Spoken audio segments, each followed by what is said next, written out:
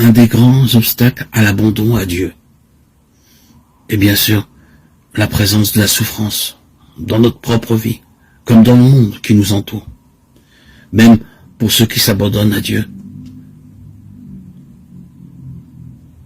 Dieu permet les souffrances, il les laisse, manquer de manière parfois douloureuse de certaines choses.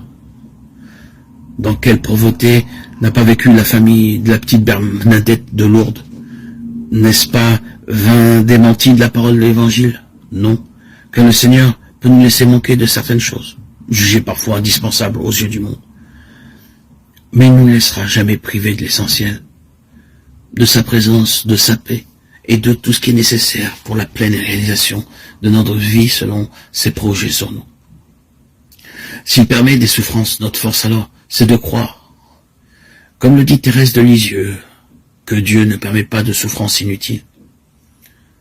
Dans le domaine de notre vie personnelle, comme dans celui de l'histoire du monde, nous devons être convaincus, si nous voulons aller jusqu'au bout de notre foi chrétienne, que Dieu est assez bon et assez puissant pour utiliser tout mal, quel qu'il soit, toute souffrance, aussi absurde et inutile paraisse-t-elle, en notre faveur. Nous ne pouvons avoir de cela aucune certitude mathématique ou philosophique. Ce ne peut être qu'un acte de foi. Mais c'est précisément à cet acte de foi que nous invite la proclamation de la résurrection de Jésus, comprise et accueillie comme la victoire définitive de Dieu sur le mal.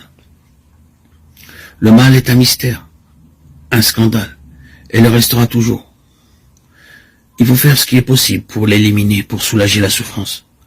Mais il reste toujours présent dans notre histoire personnelle et dans celle du monde. Sa place dans l'économie de la rédemption relève de la sagesse de Dieu, qui n'est pas la sagesse des hommes. Elle gardera toujours quelque chose d'incompréhensible. Car vos pensées ne sont pas mes pensées, et mes voix ne sont pas vos voix, parole du Seigneur. Autant les deux sont élevés au-dessus de la terre, autant sont élevées mes voix au-dessus de vos voix, et mes pensées au-dessus de vos pensées. Isaïe 55, 9. À un certain moment de sa vie, le chrétien sera nécessairement convié à croire contre les apparences, à espérer contre toute espérance. Romains 4, 18. Il y a inévitablement des circonstances où nous ne pouvons pas comprendre le pourquoi de l'agir de Dieu. Car ce n'est plus la sagesse des hommes, une sagesse à notre portée, compréhensible, explicable par l'intelligence humaine, mais la sagesse divine, mystérieuse et incompréhensible, qui intervient alors. Et heureusement que nous ne pouvons pas toujours comprendre. Sinon, comment serait-il possible de laisser la sagesse de Dieu libre d'agir selon ses desseins? Où y aurait-il place pour la confiance?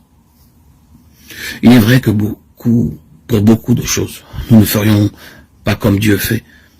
Nous n'aurions pas choisi la folie de la croix comme moyen de rédemption. Mais heureusement que c'est la sagesse de Dieu et non la nôtre qui dirige toutes choses, car elle est infiniment plus puissante et plus aimante, et surtout plus miséricordieuse que la nôtre.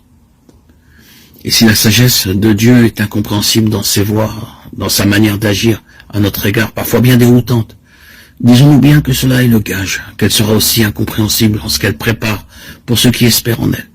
Ce qu'elle prépare dépasse infiniment en gloire et beauté ce que nous pouvons imaginer ou concevoir. Nous annonçons ce que l'œil n'a pas vu et que l'oreille n'a pas entendu, ce qui n'est pas monté au cœur de l'homme, tout ce que Dieu a préparé pour ceux qui l'aiment. 1 Corinthiens 2, 9.